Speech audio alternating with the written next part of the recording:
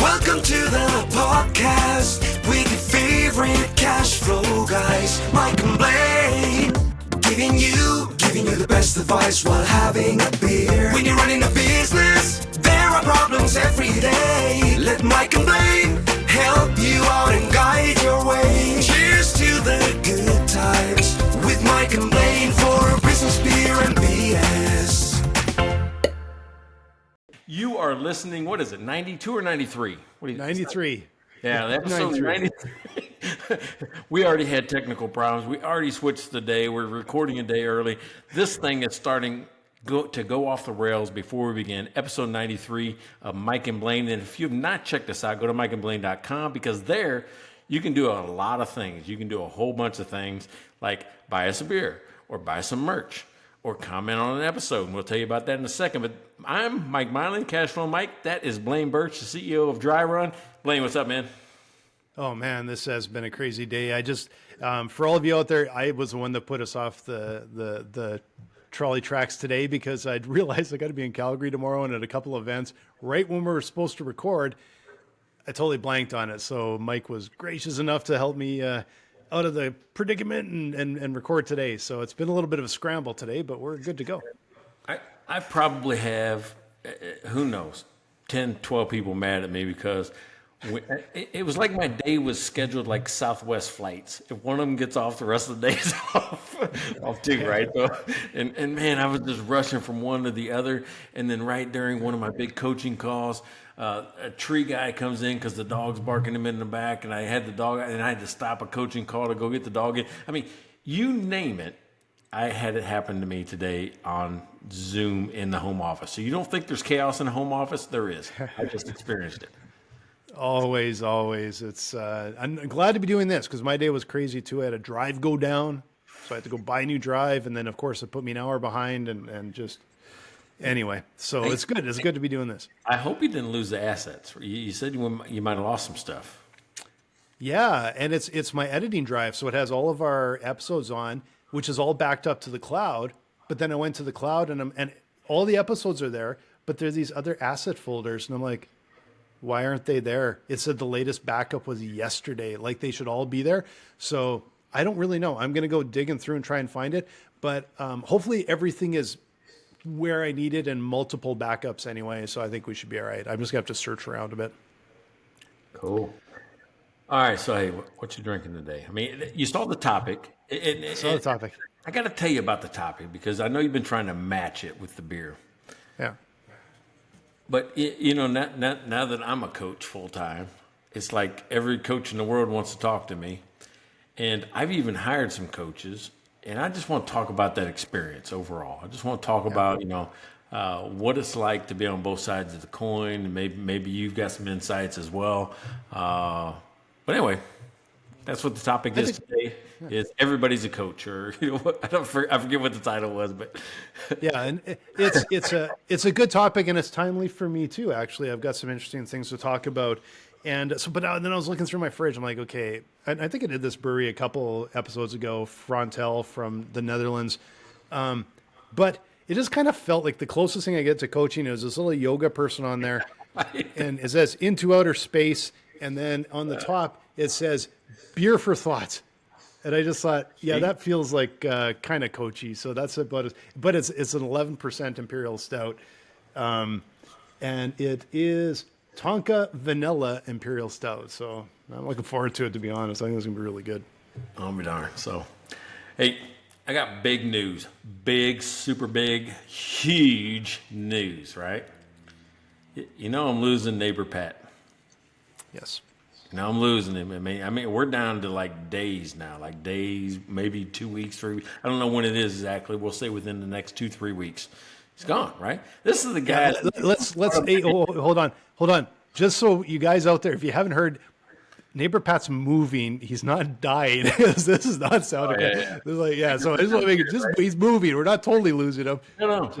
You know what? I'm losing him. It's like he's dying. It's like a best friend dying. It's like going north, up to Dallas, where all the fancy rich people live. He's going to leave me back down here. So anyway, you remember when he sponsored this thing for like a month, right? Yeah. With his own beer. So here's how flexible he is. You accidentally put him on an email thread yesterday when you wanted to change. Yeah, you did. Okay. You remember? No, not a You clue. asked me when you sent me the, hey, I'm going to be in Calgary and all that, and Pat goes, oh, okay, I can be flexible. All right, so I got to give everybody a backup now. Okay. So over Memorial Day, I sent a picture to Blaine and Pat because I thought it was funny about a guy that dressed up for Memorial Day, right? It was about IDA. Oh, text message thread. I didn't realize. A text message thread, right? So Blaine wants to change the episode recording by a day, and instead of sending me a text, he sends me and neighbor Pat a text. I just hit reply to you. I didn't realize that. Well, there's nothing wrong with Pat. Neighbor Pat then now knows we're recording today, so hopefully he's listening. Hopefully, It was actually the best thing that could have happened because he was already prepared. He was prepared for Thursday, and all you did was give him the heads up for today. I've got to tell you, I don't know if even a brewery could outperform what Pat did today. I don't know that they could. Don't know that they could. So let me show you what he did, right? This is from Webert's Brewery, right? So Webert's is the name of his brewery. And I have this. It is a Neighbor Pat's nice Hoppy Flow mic. I guess it's Hoppy Flow mic. What does he say it was? I don't know. It's Hoppy though, apparently. I forgot what he told me because it happened this morning. But look at that. He put business beer and BS at the bottom. He's got his website on it. Nice. And he knows that I always drink 2 beers during the show. So that's going to be a little much, Pat. but oh my God, look at that! All right, so I learned something else. Right, you see the label on this thing? Yep. It's just paper. He printed it out, and he says I used an old school technique to get it to be adhesive. I'm like, going, what's the old school technique? He says milk. You put milk on it. And throw it on the bottle, and as the milk dries, evaporates, it becomes adhesive and keeps the label on there. Oh, crazy! Make sure you get those. Make sure you get those onto our socials and pictures of that. Those are awesome. I took a picture right before the episode, so yeah, it's going to be really cool. So hey, neighbor Pat, we're gonna miss you. We love you, man. Thank you. Hey, and did you see, by the way, we had comments on stuff.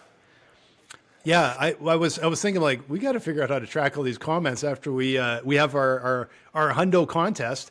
Comment on one of our videos, the countdown from 90 to 100. So any of our episodes from 90 to 100, Facebook, LinkedIn, YouTube, send us a text, do whatever. Comment on an episode, and you will be entered into the Hundo Super Pack draw. And I did see we got some comments, so I gotta start tracking those and getting into a spreadsheet. So. Oh man, it feels like work. That is a legit beer. Look at that. Oh, that looks great. That looks great. Oh my God. Hey, it's a 2-hander, by the way. Nice. You know, what beer do you have it takes 2 hands to pour? That's a good solid beer, man. That's great. All right. So we're talking today about coaches, right? Mm-hmm. Yep. It seems like everywhere I turn, everywhere I go, there's a new coach for something. Yes. And I've gotten mixed feelings about it, right? Because it used to be, all right, so let me tell you what coaching used to be. It used to be consultants, right? Or they were a consultant. And back in 2006, I'm going to say 2006, I had the hotel staffing company going, and I had the bars just starting. So I'm like, man, how do I make this work? How do I make these two things happen? Because this restaurant kind of really poorly run, and I've got a lot of work to do there. So maybe a consultant at the time can help me put this thing together. Yeah. So I hired one. At the time, it was $2,500. And I don't know if you're like me, but we're talking, not quite 20 years ago now, but 18 years ago. $2,500 was huge, right? It's a lot of cash. It's a lot of money for me. I'm like, well, I don't take that lightly. So these two guys come in. They put me right there on the. Can you hear the dog in the background? Yeah, he's not too happy. What the hell's going on back there? I almost want to shut the door, but he must hear me talking. He's getting kind of riled up. But so anyway, because he's put up in his pen, two guys come in and they start asking me questions, and now I recognize them as pain questions. I didn't recognize it then. Like, what do you think's going on? I said, well, I think I have a gross profit problem with some of the pricing of the stuff that's on the menu today currently, and I think. I think that I also have an inventory control problem, and that I have a personnel, a morale problem with people just for productivity, just everything's kind of down. Mm-hmm. So 3 weeks, they take that interview and all my financial statements and all the stuff, 3 weeks, they go and mathematically prove all my statements true. So they came back, and that's basically what I was told, that I had a morale problem, I had an inventory control problem, and I had a gross profit problem. I'm like, what? So I had an 1.5 inch thick binder on my shelf for years, never opened up. That's how they presented it to me it was a big, reveal. I'm like going, what? I just told you all that stuff. How could that be? So my first experience with consultants was poor, and I vowed that I didn't think I needed one. I was the guy that says, I don't need a coach. I don't need a consultant anymore. So how about you? What's your first experience with that? Well, I think I want to define them a little bit differently too, because consultants are different, I think, than coaches, are different than advisors, are different than your buddy down the street. So there are differences, I think, there. My experience is, even when I started Dry Run, a number of years ago, one of the mistakes I made was not getting coaching and advising soon enough. And once I did, it was amazing how much, like, the shortcuts you get and how much further you can get with really good coaches and with really solid advisors, mentors, really good mentors. So I was in a mentorship program, which is really basically, that was very much coaching. It's amazing how far it can bring you forward. But I will say one thing, because I'll get into it a little bit later. What I learned, though, is I got some really good benefits from coaching, and I started to really believe in it. But what it did is it made me a little bit lazy to identifying good coaching. And recently, I was affected by a coach that did not coach well. And it's in retrospect that we looked back and went, that might have cost us a couple months. And so there's a warning here. And I know you mentioned, like, everybody's a coach. And I think one of my coaches, advisor, mentor, after the fact, literally said to me, he goes, well, the one thing that came out of it is you recognize the difference in quality of coaches, and you know what you need for a coach. And that was a big deal, because we realized that it set us back. So it is a cautionary tale. I'll get into that. It's definitely a cautionary tale where it can hurt your business. Yeah, that's super interesting, because it's I think the key statement I just took away from what you said was recognizing what you need as a coach, right? So, in my thing, I always teach about the social styles model, right? Because all of us, and I think I've talked about it here sometimes, there's 4 social styles we have. It's driver, it's analytical, it's amiable, or it's expressive, right? And you kind of fall into one of those. And you're not always just one. You might have a dominant one, but you're not always one, because you could be a driver, but then at a certain network event, you're kind of amiable because you don't know anybody and you're a little shy or whatever it is. But or you might be an expressive that becomes analytical because you're involved with something that's more analytical. Yeah. So it isn't like 100%, but I think the best coaches are able to recognize what style you are quickly and match it, right? Because I'm a firm believer that we like the people we like because of the way they talk to us. right? Yeah. There's a communication style between us that we're like, yeah, I get it, right? He gets me. We seem to think along the same lines. We don't have to believe exactly the same things, but I think we like to talk to each other in a way that, you know, it's respectful and it's productive, right? It's an engaging conversation. And I think the best coaches are able to be chameleons and match your style, right? Which is they're figuring out how you like to be talked to. How you like to be talked to, what makes you comfortable, but also there are some foundational things in coaching that I think are the difference between, frankly, good coaches and bad coaches, and also maybe the difference between coaches and advisors. Like there is a difference there. So how do you characterize a coach? What does a coach do that would be different from an advisor or different from like your buddy down the street? Well, I mean, when we say coach, I always think of somebody that motivates me to take action. Inspire. I won't say motivate. Motivate is probably the wrong thing. I say inspire.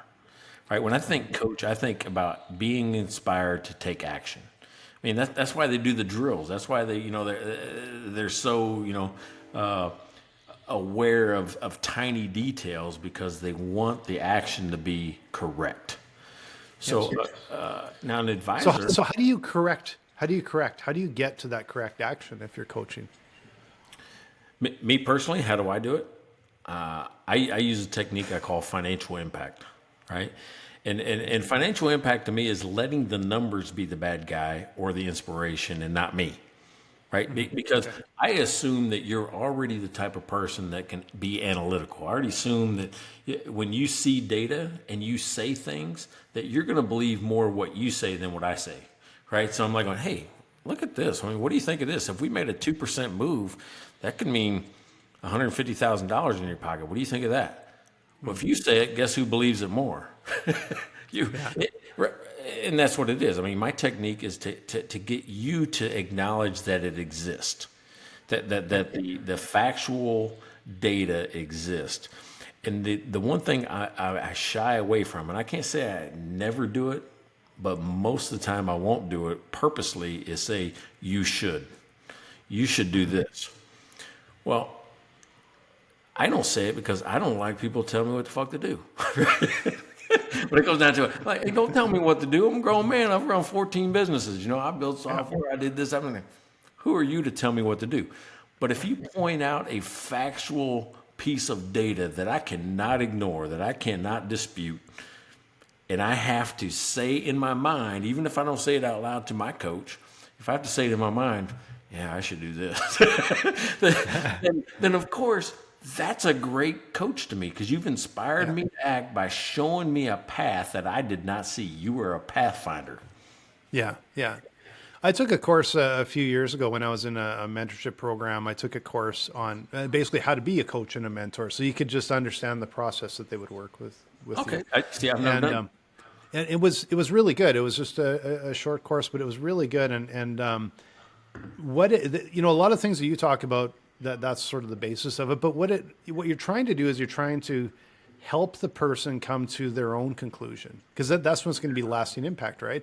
That's right. So it's based so much on asking questions and listening, and then asking more questions as you guide the questions till they sort of come up with the answer in a way.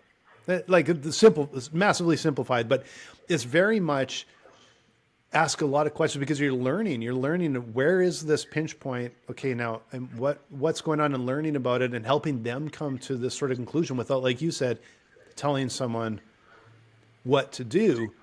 And I know when right after that course, I used that a bit with my own team at times. And I know it's super effective to help, ask questions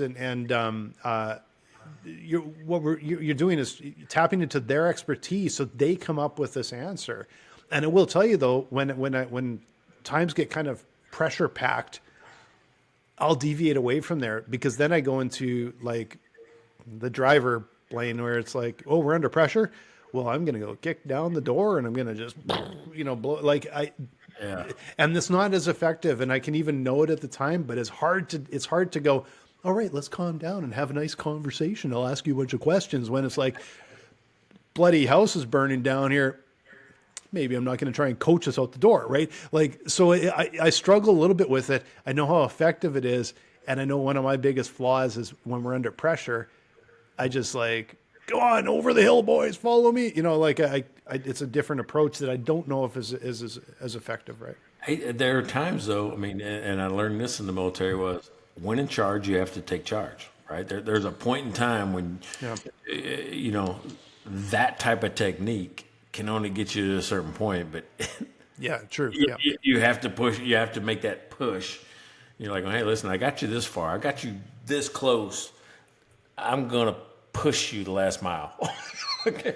And you know, one of the things I do when I'm working one-on-one with somebody is I ask them as part of our onboarding kind of setup, say, hey, how am I going to know when you need a push? That's my way of saying, I'm going to hold you accountable, but well, how am I going to know when you think it needs it too, right? Yeah. And because, you know, they're going to tell you, they're going to say, oh, well, I'm going to be struggling, or I'll be vague on the answer, or I'll be late to a meeting, or anything. There are things that people do either consciously or unconsciously that will lead you to believe that, yeah, he's struggling. Let me push.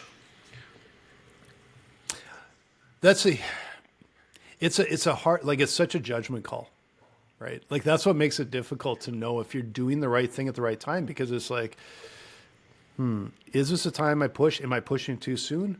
Did I wait too long to push? I guess that's the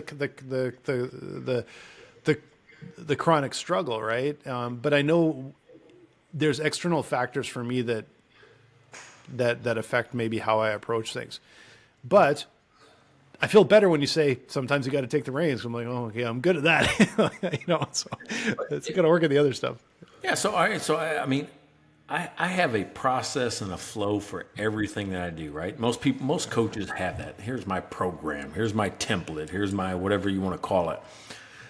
But I don't even get into that until I do this thing called clearing the noise, right? Because I don't think you're going to pay attention to me. I don't think you're going to have a good conversation. I don't think you're going to engage if you have something else going on inside your head.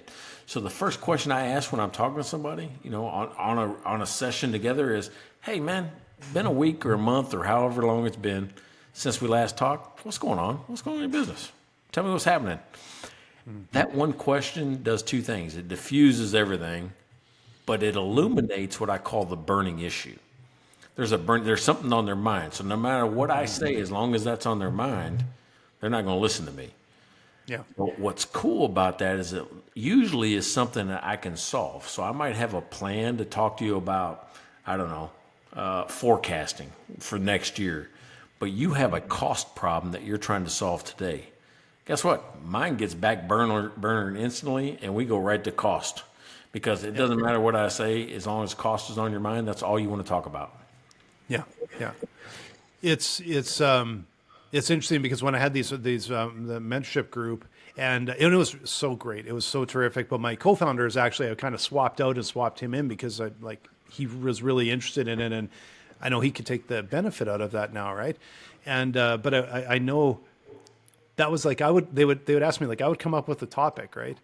But then I would go in, and within 5 minutes, they'd usually pick at something and find out what's really going on, you know, and the topic would change, and we'd be going down a totally different path. But I found that so incredibly useful, because exactly what you're doing is sometimes I didn't even recognize what the struggle was. There was like a superficial one I could recognize, and then it was deeper down. I'm like, oh yeah, that's a bigger issue. That's what has led down the path, right? And I think good coaches can do that. Good coaches find the real problem, but they have to be, I think, very observant. A lot of questions, and really good listeners to find that seam that they can tap on where it's actually going to have an impact. Well, that's where extra questions like, "Hey, tell me more. Or give me a scenario where that happened." You know, those two like little questions seem like conversation. They're really probing.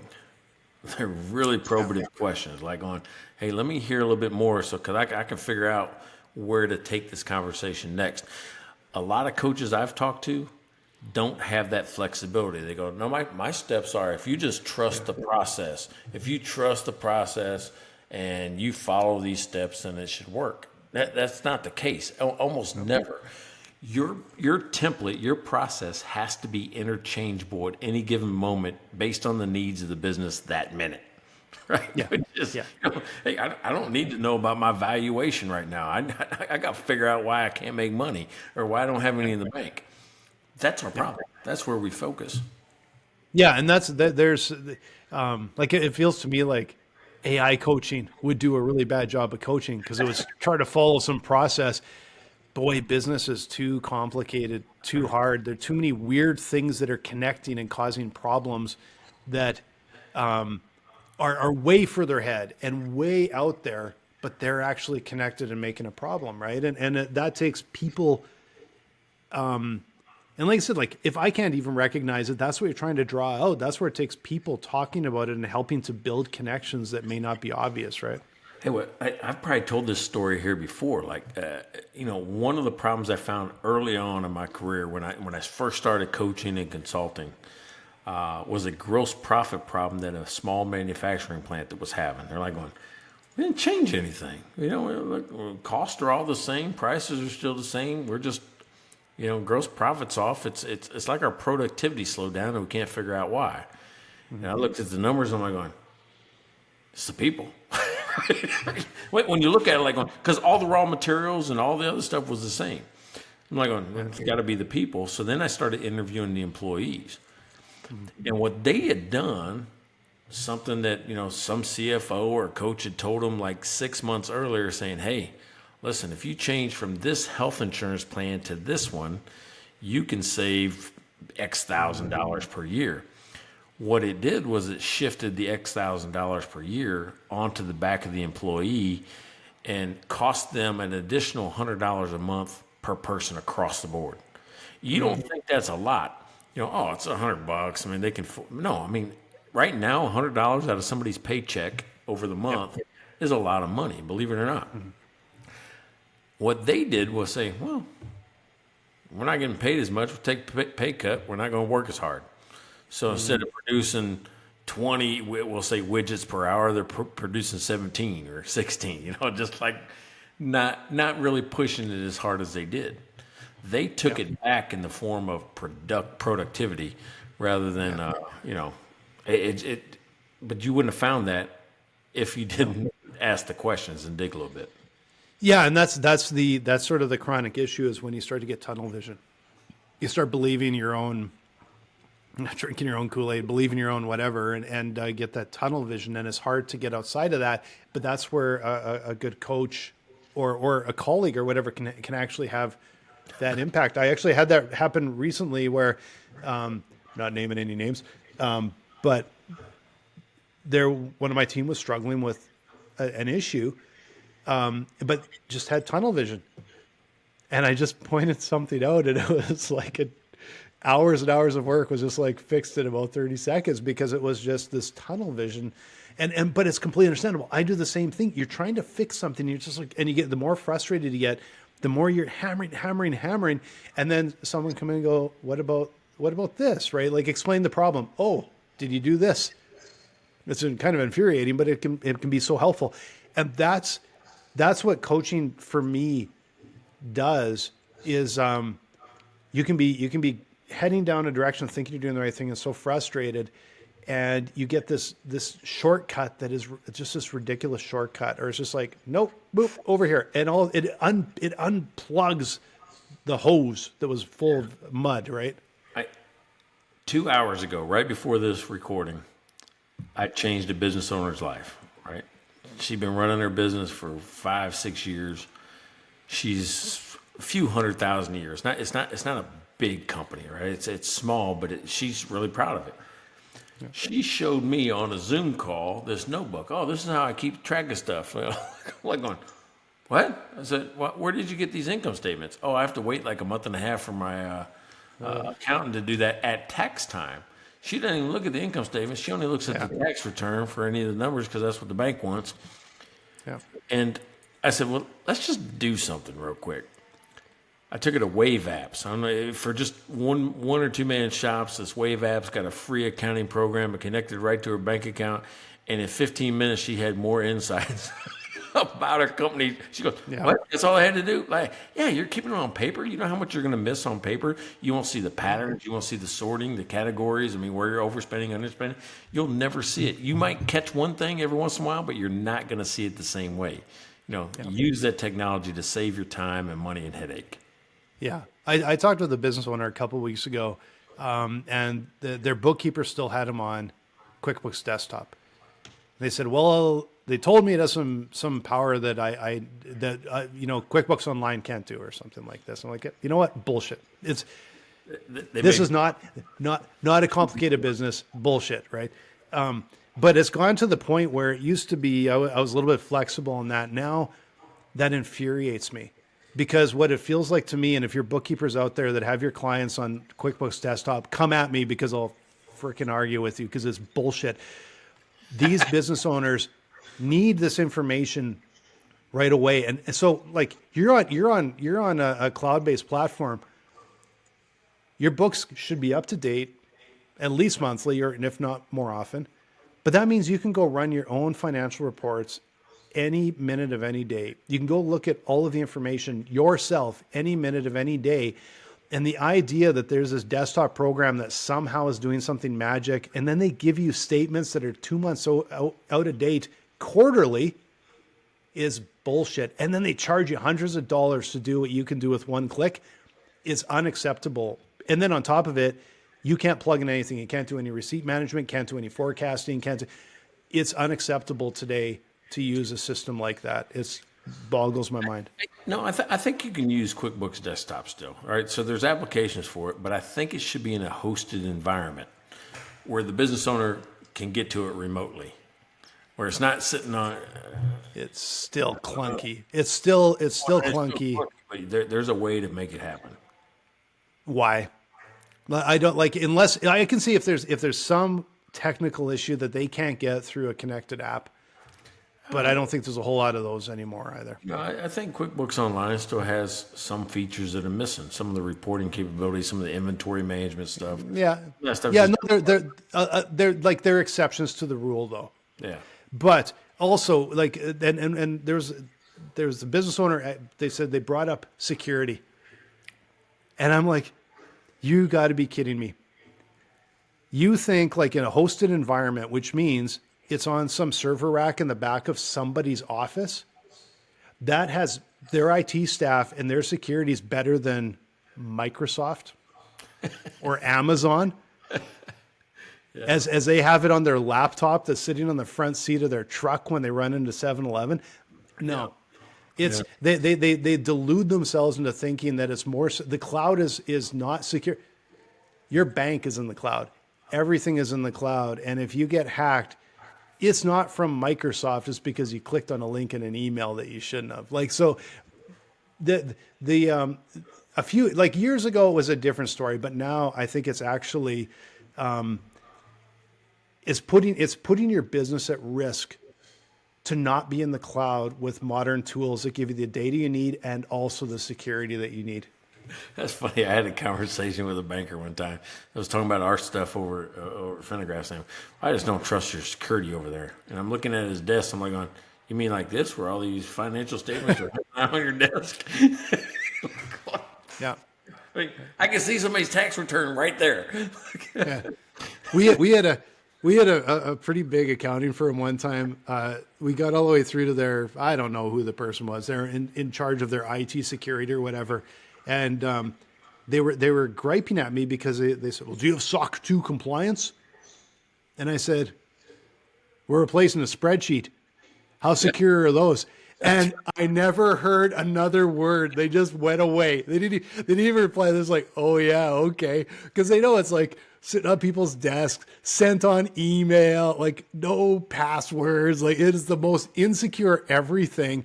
And I'm like, yeah, go to Amazon, Google, Microsoft and tell me they don't have security or they have a problem and you're passing spreadsheets around on like email and on your hard drive with no password, During that time, I mean, at Finnegraph, I mean, people would check on your computers. If you left them in your office computer cubicle with it on and open, you you get this weird picture, right?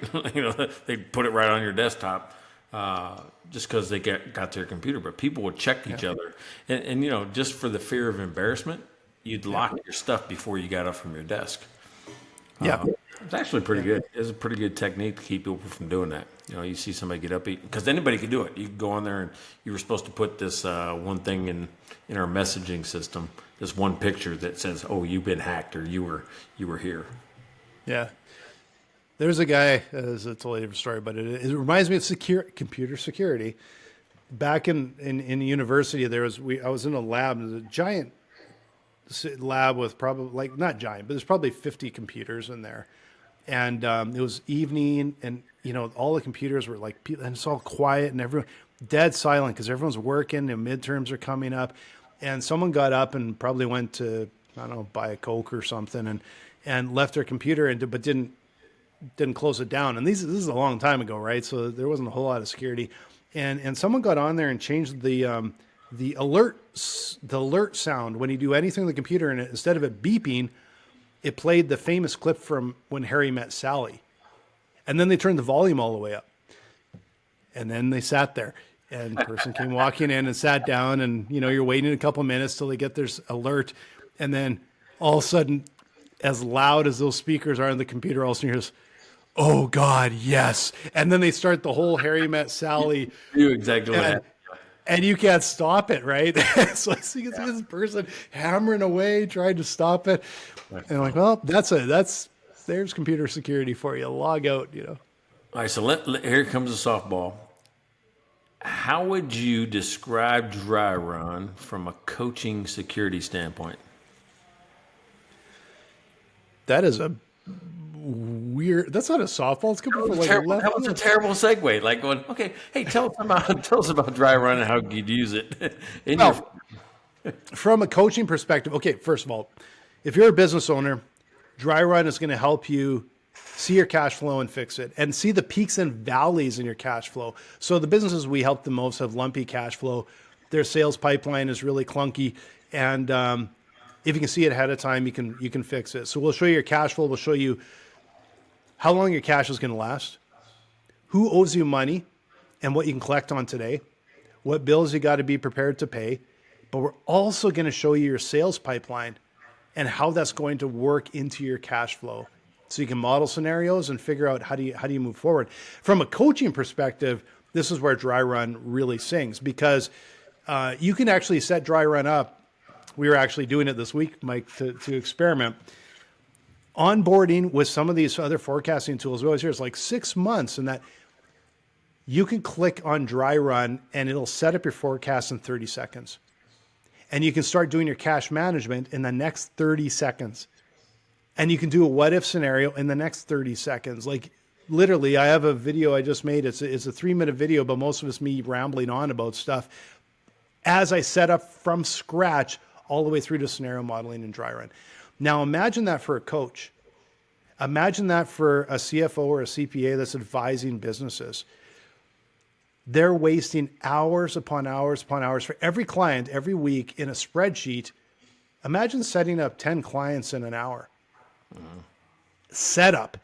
And then imagine spending 15 minutes a week max to just do your little bits of modeling, so you can spend the valuable time that you're charging your client actually sitting down, talking with them and coaching them, rather than them paying you to be in a spreadsheet. So that's what we can do with dry run. We can transform your business advisory services. And if you're a business owner, it's easy enough that you can come in. We'll get you set up, and literally we'll have you up and running in 2 minutes, and we'll show you what you can do to understand your cash flow. Dude, it's a fantastic system. I cannot wait till you get that new UI UX, rolled out. I mean, it's good stuff. It's out. We'll show you it. I'll show you it after. Yeah. Oh, got it. Yeah. We got big plans moving forward, but it's out, and it's unbelievable that how quick and how easy it is to set up dry run and just go, oh, that's my stuff. That's where I'm going.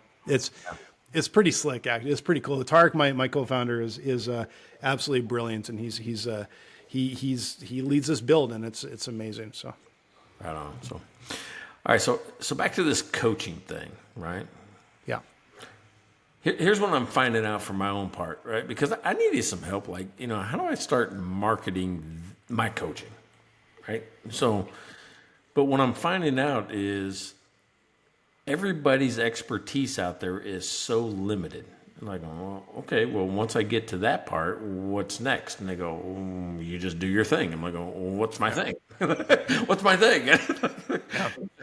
So I'm like going, for instance, and here's another thing I don't like about coaches. Like, I already have my mission, figured out what I want to do, what my offer is, what my pricing is.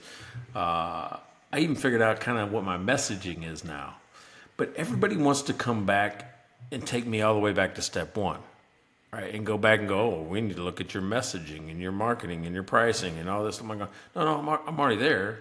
I need somebody to help execute. So I think I'm at the part where I'm looking for somebody to do it for me, right? It's almost like I need an employee just like, no, here's kind of the package.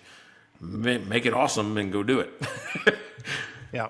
So I think I'm less coach in some spots, but I'm still getting approached or taking conversations from coaches because I'm not making that connection. There's a something that they say in their messaging that makes me think that they can do it. When you say done for you, I really think you're doing it for me. That's not what some people mean. Yeah. This actually segues right into the issue we had with coaches recently, with a coach, and I missed it. I missed it. I missed the issues with some coaching, and we had been like we were blown away by sort of part of the coaching and the materials and the process that actually got us just unplugged and moving forward. Like, it was unbelievable how good it was.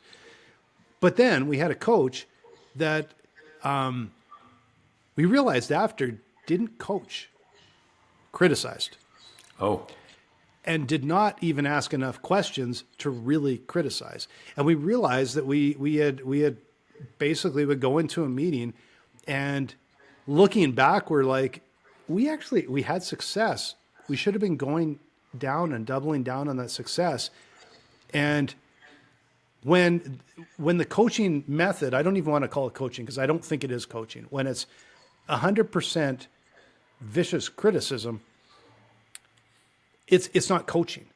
And what it did is it got us basically throwing a match on the fire and just going, burn all the stuff we did, and starting to scramble and going back into old habits and it got us really, really far off track, and it got worse and worse. And then we went back for another coaching session and just got burned even worse.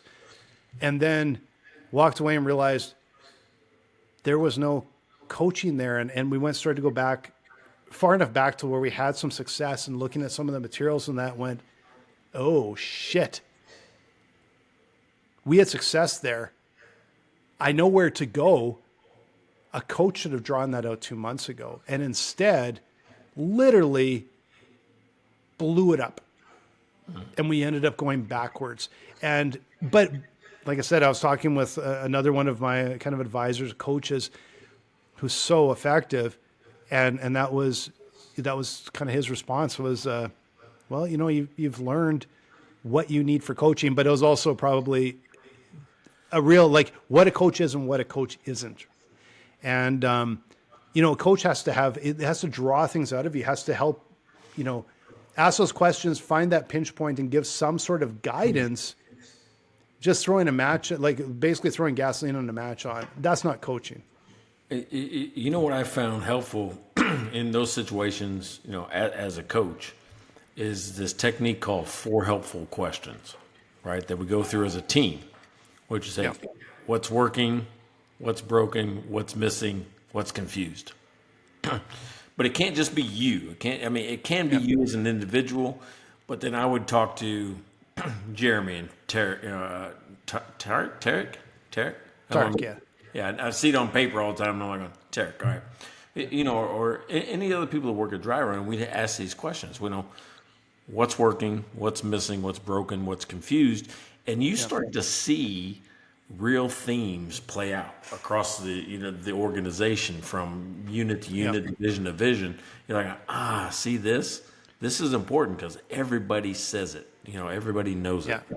Yeah. So, and like we came to sorry, go ahead. I think that's what I'm saying. That's a technique that I like to use to be able to draw that out early. Yeah. So I'm not saying, you got to blow that up. Well, I don't know yet. I don't know if you got to blow it up. We got to see, what is this team? What is this team good at? What does this team can do? Where does this have to go next? Yeah, and that's it's like, oh, that's what we needed, but I realized that we, I sat down. I can be fairly analytical when I'm logical when I'm trying to figure this sort of stuff out, and I started to go like, okay, we've come down this one path, we're like 90% there. We've got a block right in this one spot. Why are we blocked? And so I started to do a real analysis on like why we have like this massive success right before, and then we got this little block. What is blocking it? And all of a sudden it kind of hit me. I'm like, okay, we've just got things a little bit jockeyed out of position. And so I made a little graph, and I'm like, I get it. It's like these two columns. It's like, okay, here's this, here's that. Okay, yeah, we're off track. Just shifted a little bit. It also was like, oh shit, that's where it is. That's the problem. And we retool and we figure that out. And all of a sudden it's like, it just starts to come unstuck. Yeah.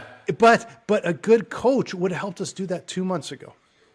A good coach would have picked that up, on sort of meeting 2.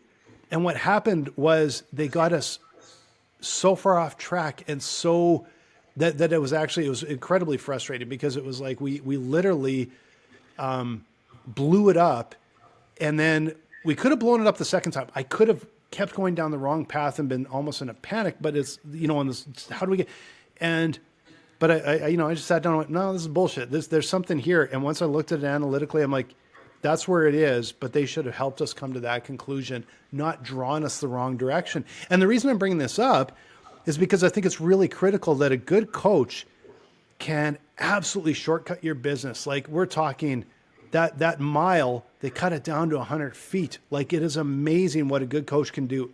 Unbelievable, can completely change your business. But what I've started to appreciate is, I'm just going to say it as it is. Poor coaching can take you completely the other way. And you have to be conscious of that when you're looking for a coach, that you're getting the right one, that you're getting someone that knows your area, but also knows how to coach and how to draw that out of you. And if it's not working, take a really good look at not just yourself, but also take a look at the coach and make sure you've got the right fit there. Yeah, I would agree. And I'm gonna put my coach hat on for a second. I've come up with this thing I call an impact score, right? And it's two sides. It's IMP, ACT, and it's like inspire to act, right? It's kind of how that works out for me. But I noticed that not everybody's coachable, right? I mean, there's a framework that when you finally say, I need some help, that you've got to be able to be coachable, right? Yeah. So this impact score to me is the likelihood of success. And it's a weighted average, and I'll show you the math one of these days. It's a weighted average on 3 categories. It's will, skill, and resources, right? Mm-hmm. And I heavily weight will, right? Because I can teach you the skill if you got the money, and the time and the tools. I mean, there's the resources, but I can't teach you heart. I can't give you the want to. I can't give you the want to. You got to already kind of be there. So when I'm kind of taking on clients, I'm now putting this impact score because I don't want to take on clients that I know I can't help. You've got to score at a certain level during our initial interview that, here's somebody I can help. And it's heavily weighted towards, the will. Yeah. And absolutely the right thing to do, because I was listening to a podcast not too long ago as the founder, I think it was Bonobos, pants company or something, I think, or sock. I can't remember which, clothing company of some type. And paraphrasing his comment, but it was businesses don't fail. The entrepreneur gives up. And it was just a really interesting sort of perspective. And obviously businesses do fail, but the perspective from him was, it's that will, and it's that stick-to-itiveness. It's that drive, and the never, ever, ever give up. Like, fight till you might die, but fight till the bitter end. Because that drive is what gets you that extra half mile, those extra few feet, so you can hang in there. And it's just a really interesting perspective. Like, the will probably does mean more than anything else, right?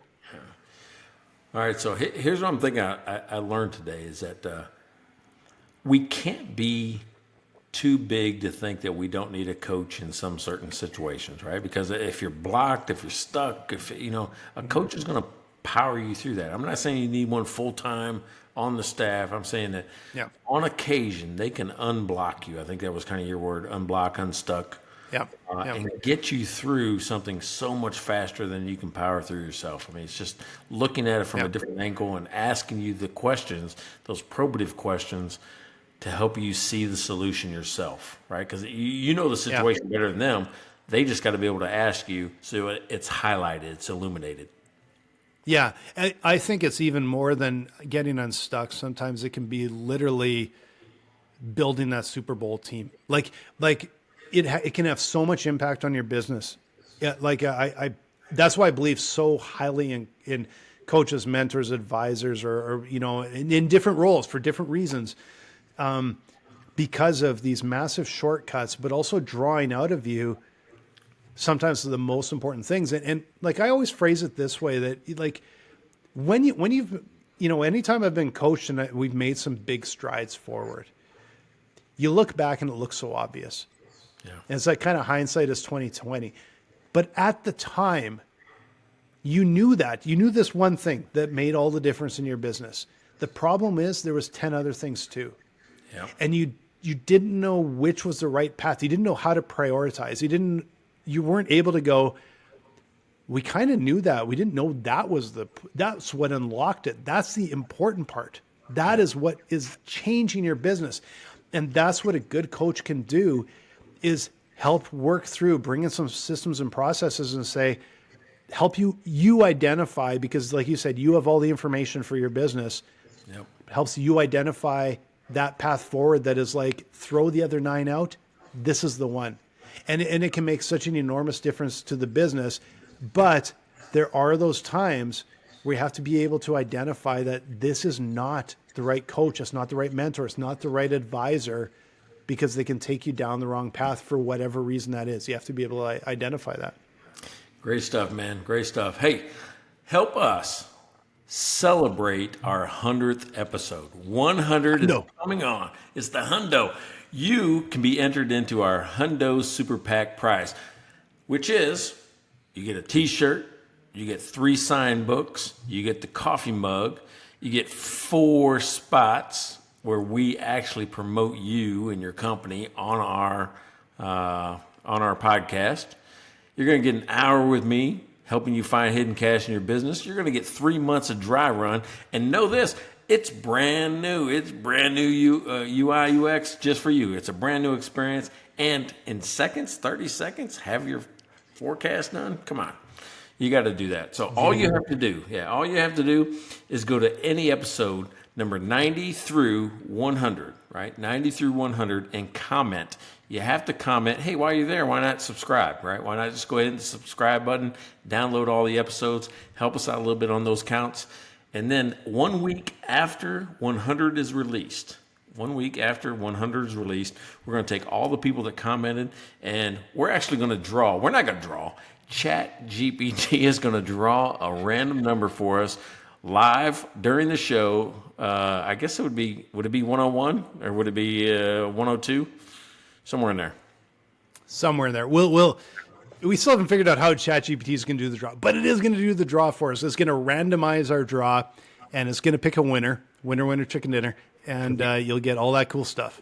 Yeah, and we're either hoping to stump Chat GPT, which it doesn't like to pick things. It doesn't like to say what's best, but it'll say, well, I never picked that, but we like Blaine.